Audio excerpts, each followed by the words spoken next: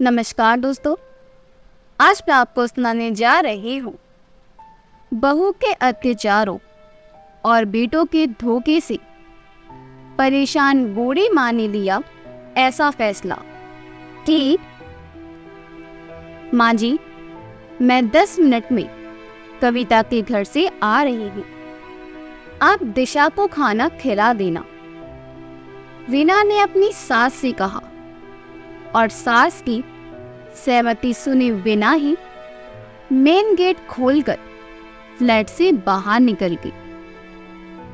कविता रीना की सगी छोटी बहन थी जो इसी बिल्डिंग में 2 फ्लोर नीचे रहती थी। दोनों के पति मुंबई में एक ही कंपनी में कार्य करती हैं।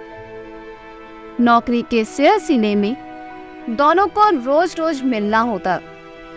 साथ काम करते करते उनमें दोस्ती हो गई और साथ काम करते करते दोनों में इतनी अच्छी दोस्ती हो गई कि रीना के पति मोहित ने रोहित के साथ कविता की शादी करवा दी और अपने दोस्त को साड़ू बना दिया। रोहित पहले पेइंग गेस्ट की तरह रहता था। शादी के बाद मोहित ने ही उसे इस बिल्डिंग में 2 कमरों का एक फ्लैट किराए पर दिलवाया था। रीना और कविता दोनों बहनें अलग अलग स्कूल में शिक्षिका की नौकरी करती थी। मोहित का फ्लैट 3 कमरों वाला था जिसे मोहित ने खरीद लिया था। रमा जी प्यार से 3 साल की पोती दिशा को चम्मच से दाल चावल खिला रही थी और दिशा रीना के मोबाइल पर गेम खेल रही थी। एकाएक मिर्ची का बीज मुंह में आने के कारण दिशा मचली और उसके हाथ से मोबाइल छूटकर नीचे गिरा। रमा जी ने मोबाइल को बड़ी मुश्किल से लपक लिया।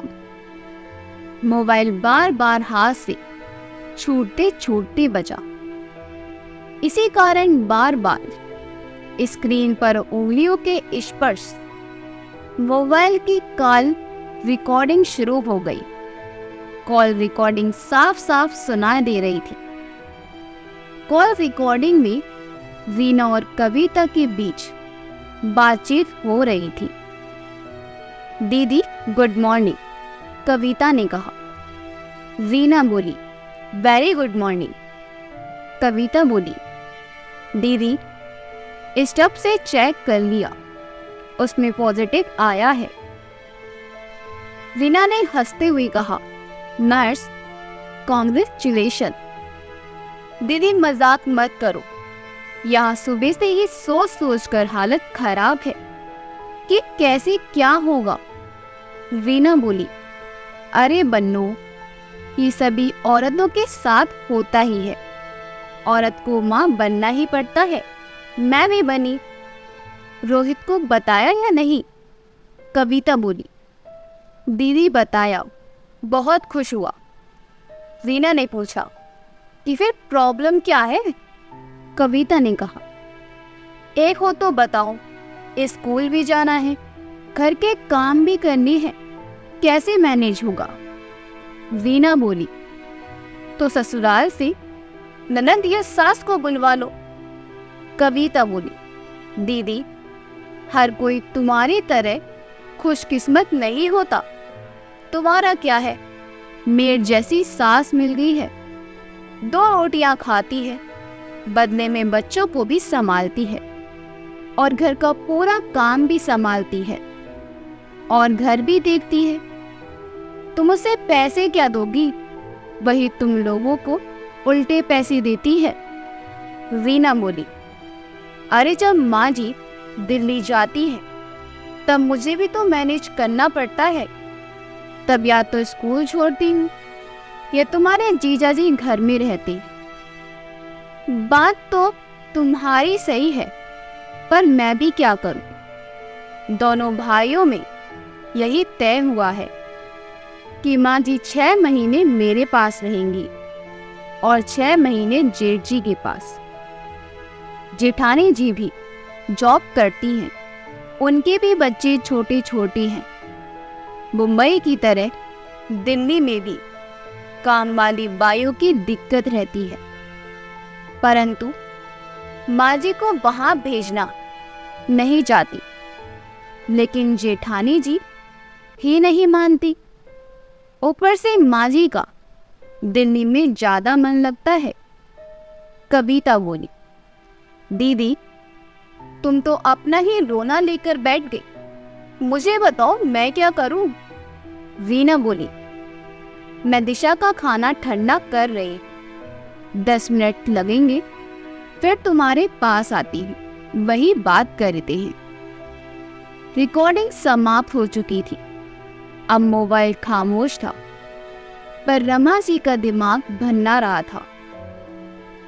5 मिनट पहले तक वह विधवा होने के बावजूद खुद को बदनसीब नहीं समझती थी। पति 60 साल की उम्र में एकाएक जब दुनिया से रुखसत हुए थे, तब जिम्मेदारी के नाम पर उन्होंने किसी के करने के लिए कुछ नहीं छोड़ा था। मौत भी ऐसी हुई, किसी को विश्वास ही नहीं हुआ। पति सरकारी अधिकारी के पद से सेवानिवृत्त हुए थे। जब तक सेवा में रहे, अच्छा वेतन और सुविधाएं मिलती रही। सेवानिवृत्ति के पश्चात अच्छी पेंशन मिलती थी। पति की मृत्यु के पश्चात रमा जी को पेंशन मिलने लगी, जो इतनी थी कि कईयों को उससे आधी रकम पर नौकरी करना मंजूर होता। उनके 2 बेटे और एक बेटी थी। बेटी डॉक्टर थी, आलीशान मकान था। बड़े बेटे ने रमा जी से कहा कि पापा रिटायरमेंट के बाद अब आपका लखनऊ में रहना जरूरी नहीं है, अब आप मेरे साथ दिल्ली में रहेंगे। तो छोटे बेटे ने जिद की कि नहीं माँ पापा अब मेरे साथ मुंबई में रहेंगे। हम दोनों को कितना अच्छा लगता था उस दिन। पति ने समझाते हुए कहा, जब तक हमारी जोड़ी सलामत है हमें यहीं रहने दो।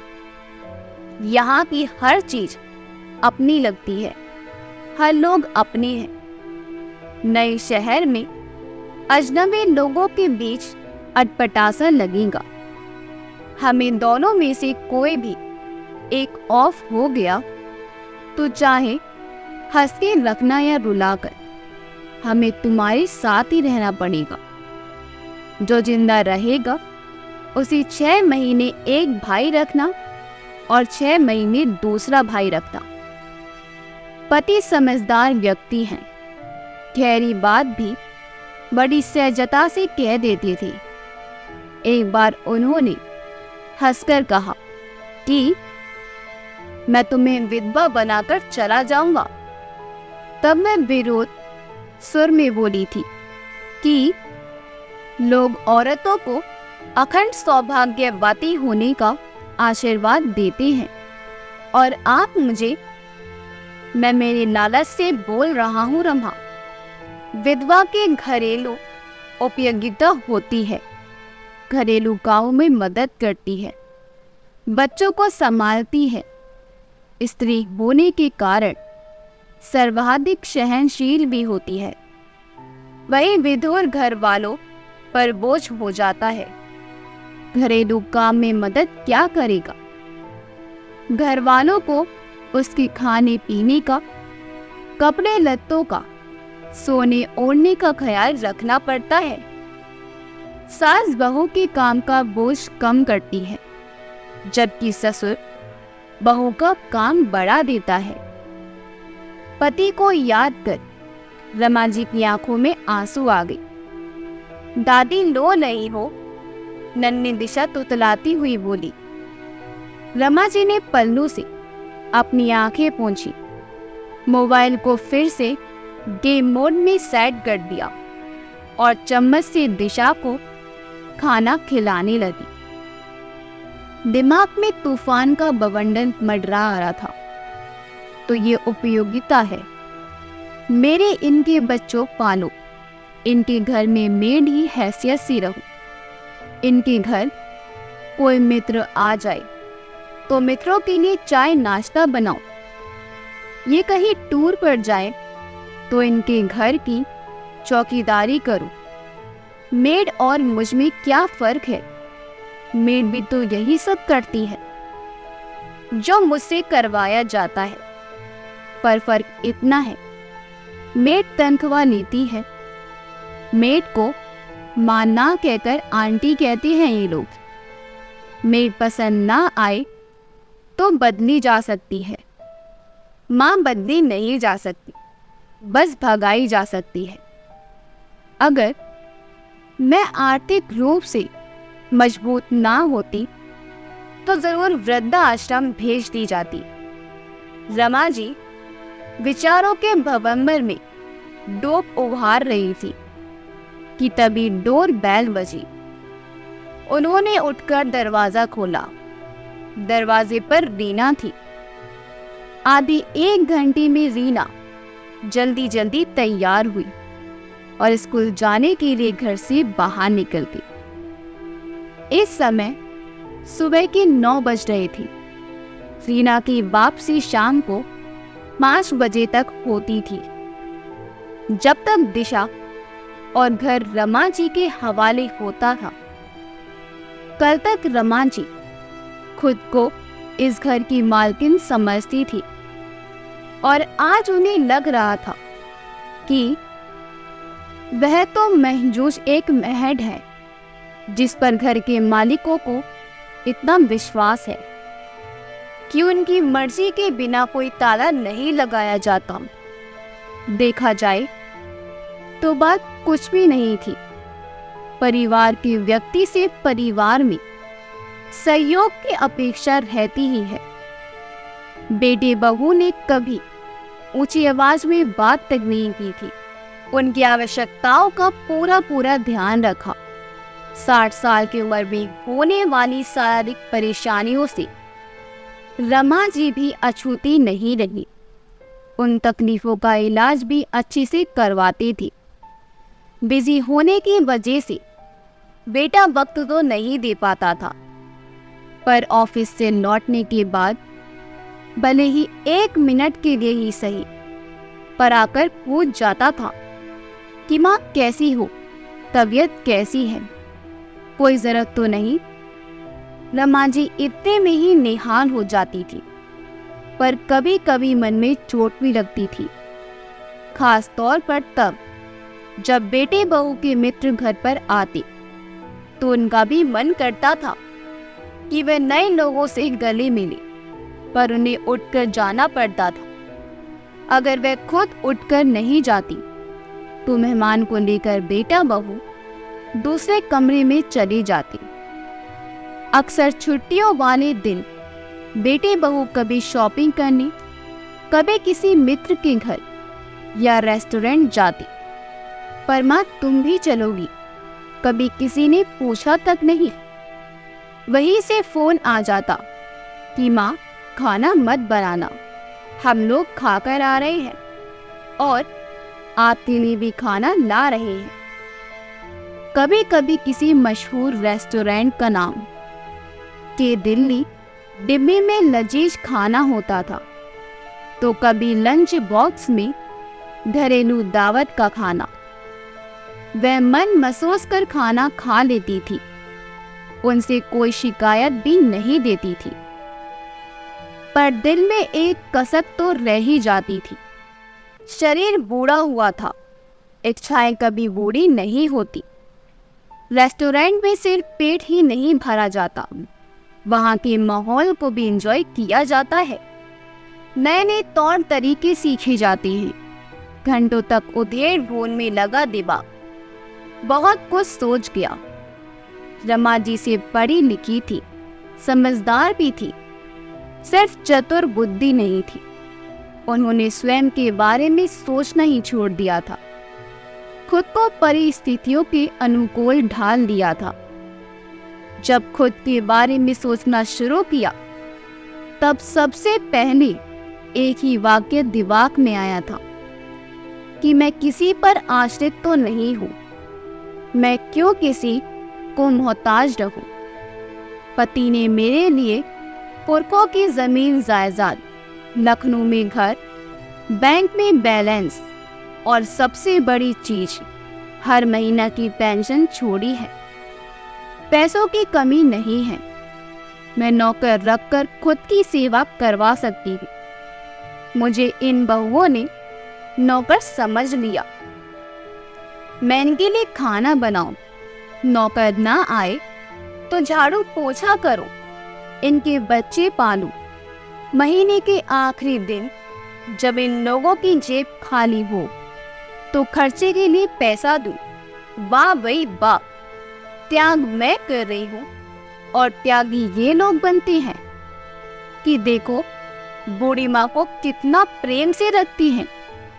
आक्रोश से भरे मन से उन्होंने निर्णय ले लिया कि अब बहुत हुआ, अब किसी के भी साथ नहीं रहूंगी।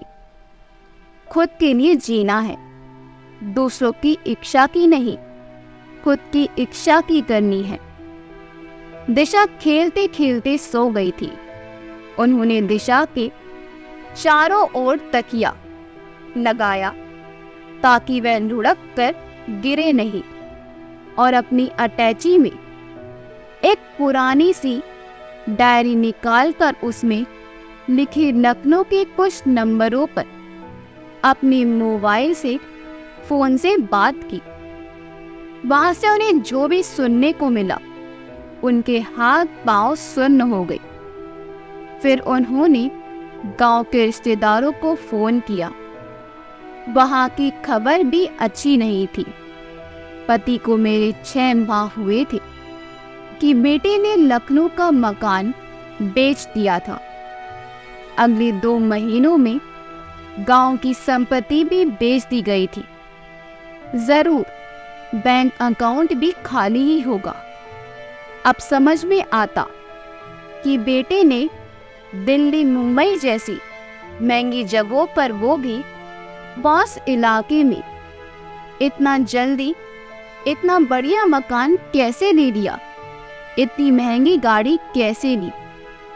वह जिसे बेटे की तरक्की समझ रही थी, वह धोखा था, फरेब था, खुद से अपनी बूढ़ी माँ से। रमा जी लखनऊ के एक बैंक में अपनी परिचित अधिकारी को फोन किया, अपना परिचय दिया, अकाउंट नंबर बताया, अपने अकाउंट के बारे में पूछा। अमूमन बैंक अधिकारी इस तरह की सूचना फोन पर नहीं देते, पर पूर्व परिचित होने का उन्हें लाभ मिला। रमा जी का अंदाजा सही निकला। सारे फिक्स्ड डिपॉजिट मैच्योर होने से पहले ही पैसे निकाल लिए गए थे। लॉकर में पड़े गहनों का भी कोई भरोसा नहीं था। अंगूठी चैन जो वह पहनती थी के अलावा सिर्फ पेंशन ही उनका सहारा था। यही वो सहारा था जो कोई उनसे छीन नहीं सकता था। उनका भविष्य इसी पर निर्भर था। उनकी दाल रोटी, दवाइयों आसारा था। रमा जी की आंखें भर आईं। थोड़ी ही देर में सर दर्द से फटने लगा। मन कर रहा था कि गला फाड़कर रो ली, पर दिशा जग न जाए। इस डर से उन्होंने अपनी पीड़ा को पी लिया। डॉक्टर बेटी लंदन में रहती थी। इस समय वहां रात थी। वह सो रही होगी या हो सकता है नाइट ड्यूटी पर हो। रमा जी ने व्हाट्सएप पर मैसेज भेजा, इमरजेंसी, तुरंत बात करो, और वह प्रतीक्षा करने लगी। रमा जी के फोन में अंतर्राष्ट्रीय कॉल की सुविधा नहीं थी, इसलिए जब भी बेटी से बात करनी होती थी वह व्हाट्सएप पर मैसेज भेजती थी। बेटी अपनी सुविधा अनुसार कॉल कर लेती थी। आज भी वही हुआ। 5 मिनट के अंदर कॉल आया। रमा जी ने रोते हुए सारी बात अपनी बेटी को बता दी। जब चुप हुई तो बेटी का छोटा सा जवाब मिला, माँ, मुझे सब पता है। रमा जी ने कहा, पर मेरी मर्जी के खिलाफ, मेरे दस्तखत के बिना ये सब कैसे संभव हुआ? पापा के डेथ के बाद लखनऊ छोड़ने से पहले आपने मकान किराए पर उठाने के लिए जो करारनामा साइन किया था, उसी समय आपने पावर ऑफ अटॉर्नी राजीव भैया के नाम लिख दी थी। बाद में भी आपने कई कागजों पर बिना देखे, बिना पढ़े साइन कर दिए थे। मुझसे भी बाकायदा स्टॉप पेपर पर दस्तखत करवाकर दोनों भाइयों ने अनापत्ति प्रमाण पत्र लिया था। तुमने भी साइन कर दिए थे। रमा जी गुस्से में बोली, क्या करती? तुमने मुझे बताना जरूरी भी ना समझा। डॉक्टर बेटी बोली, माँ, जरा सी बात का क्यों इशू बना रही हो? संपत्ति उनकी है, वहां जाकर उन्हें रहना नहीं है। जब आज नहीं तो कल तो बेचना ही है, तो क्या फर्क पड़ता है कि आज बेचा या कल बेचा? और दोनों भाइयों ने धन उजाड़ा नहीं है, अपना अपना मकान खरीद लिया, शहर में और भी फ्लैट ले लिए। फर्क पड़ता है बेटी, पड़ता है फर्क। वक्त से पहले कोई काम नहीं किए जाते। मेरे मरने के बाद मेरी देह को बेटी ही जलाएंगी, तब ये अंतिम संस्कार कहलाएगा, और आज जला दे तो हत्या कहलाएगी। कहकर रमा जी ने फोन काट दिया। रात के 9 बज रहे थे। मोहित घर लौटा तो पता चला कि माँ की तबीयत ठीक नहीं है। न माँ ने चाय पी है, बस बिस्तर पर ही पड़ी हैं। रोज की तरह काम कर दिया है बस। मोहित ऑफिस के कपड़ों में ही माँ के कमरे में आया और बोला, क्या हुआ माँ? मुझे लखनऊ जाना है। अपनी आवाज को शांत रखते हुए रमा जी बोली। मोहित ने कहा, लखनऊ में क्या रखा है माँ? क्या नहीं है लखनऊ में? मेरा घर है वहाँ, बैंक में मेरी एफडी है, पेंशन अकाउंट है, पड़ोसी है, मित्र है, या मकान और एफडी की तरह सब कुछ खत्म हो गया? रमा जी फट पड़ी। मोहित तो जैसे सांप सूंघ गया और न जाने कितनी ही देर तक वहां भूत बना खड़ा रहा। फिर भाई राजीव को दोषी और खुद को निर्दोष सिद्ध करने की कोशिश करने लगा। रहने दे, बहुत से पेपर मुझसे तुमने भी साइन करवाए हैं। जानबूझकर हड़बड़ाहट दिखाते हुए कि ऑफिस जाने में देर हो रही है। मैंने भी तुम्हें देर ना हो जाए इसलिए बिना पढ़े, बिना सोचे विचार मैंने ये सोचकर साइन कर दिया कि बेटा ही तो साइन करवा रहा है। जब बेटे से ही विश्वासघात मिला हो तो शिकायत किससे करूं? रमा जी ने कहा। आखिर चाहती क्या हूं महा? मोहित ने पूछा। रमा जी ने कहा, तुमसे तो कुछ नहीं। आज आखिरी रात है जो मैं तुम्हारे घर में तुम लोगों के साथ हूँ। बल्कि मैं तो रात में ही यहाँ नहीं रहना चाहती। मैं राजीव भैया के पास दिल्ली का टिकट करवा देता हूँ। मोहित बोला, कहीं नहीं रहना मुझे, ना मुंबई में ना दिल्ली में। लखनऊ जाऊंगी बस, वहीं किराए पर मकान लेकर रहूंगी। गांव चली जाऊंगी, कहीं जगह नहीं मिली तो वृद्धा आश्रम में रहूंगी। पर तुम लोगों के साथ रहना अब मुमकिन नहीं। जबरदस्ती करोगी तो बिल्डिंग की छत से कूदकर जान दे दूंगी। कोई जबरदस्ती नहीं करेगा। मैं लखनऊ में आपके रहने खाने की व्यवस्था कर दूंगा, पर अभी तुरंत हाथ मुंह धोकर खाना खा लो। मोहित ने माँ से कहा।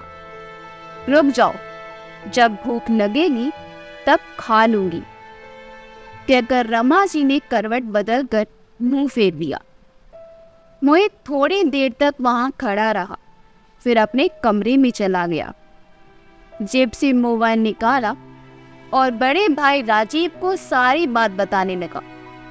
मैं पहली फ्लाइट से मुंबई आ रहा हूँ, राजीव ने कहकर फोन काटा और ट्रैवल एजेंसी को फोन करके अगली सुबह की फ्लाइट बुक करा ली। अगली सुबह हुई, दिशा ने उन्हें जगाया। वे देर रात तक दिल्ली और लंदन बातें करते रहे थे। भविष्य की योजना बनाई गई थी। देर से सोने के कारण सुबह नींद नहीं खुली थी। किचन में कोई खटपट नहीं हुई, कोई हलचल नहीं हुई, जबकि माँ रोज सुबह जाग जाती थी और इना के जागने से पहले किचन का आधे से ज्यादा काम हो चुका होता था। मगर माँ नाराज है, यह तो वह जानती थी, पर ताता कीन कारण क्या है समझ नहीं पाई कि बुढ़ापे की सनक है। सोचकर वे सास के कमरे में पहुंची, लाइट जलाई। पलंग पर नजर पड़ते ही उसकी चीख निकल गई। रमा जी अपने वादे के मुताबिक इस घर को तो क्या, इस दुनिया को ही सदा के लिए अलविदा कह गई। मृत चेहरे पर पीड़ा के भाव साफ दिख रहे थे और साइड टेबल पर खाना वैसे ही पड़ा था जैसे बीते रात रीना छोड़ गई थी। बेचारी बूढ़ी माँ दुखी मन से अपना जीवन त्याग कर चली गई थी। अगर आपको हमारी कहानी अच्छी लगी हो तो हमारे वीडियो को लाइक करें, शेयर करें और हमारे चैनल को सब्सक्राइब कर दें। आपका बहुत बहुत धन्यवाद। मिलते हैं अगली वीडियो में।